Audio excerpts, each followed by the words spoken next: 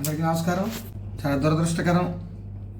26వ తారీఖు ఈ నెల సుమారు సాయంత్రం 4:40 ఠాగూర్ ల్యాబొరేటరీస్ ప్రైవేట్ లిమిటెడ్లో రియాక్టర్ GL325 వద్ద యొక్క బిలం ద్వారా HCl మరియు క్లోరోఫామ్ ద్రవ్యం లీక్ అవటం, మరి అక్కడ ఉన్న కార్మికులు 9 మంది అది సోడా యాష్ ద్వారా క్లీన్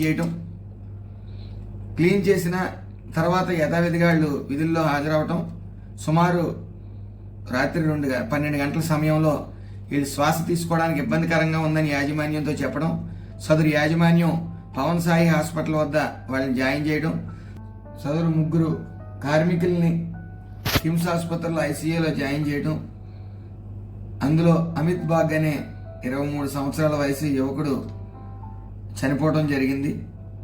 అలాగే ఈరోజు కార్మికుడు కూడా చనిపోవడం జరిగింది.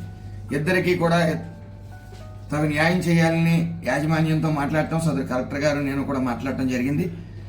ఇద్దరు కార్మికులకి 40 లక్షల రూపాయలు ఎక్స్గ్రేషియా ఇవ్వడానికి ఒప్పందమై ఆల్రెడీ తమ కుటుంబాలకి, ఆ ఇద్దరు కుటుంబాలకి అందజేయడం జరిగింది. పోస్ట్ మార్టం కూడా జరుగుతూ ఉంది. అయితే ఇంకొక కార్మికుడికి మాత్రం కొద్ది సీరియస్గా ఉండటం, రేపు మధ్యాహ్నానికి కానీ ఏ విషయం చెప్పలేనని సదరు యాజమాన్యం, హాస్పిటల్ యాజమాన్యం తెలియజేసింది. అలాగే మిగతా పేషెంట్లు అందరూ కూడా ఇప్పుడు కోలుకున్నారు.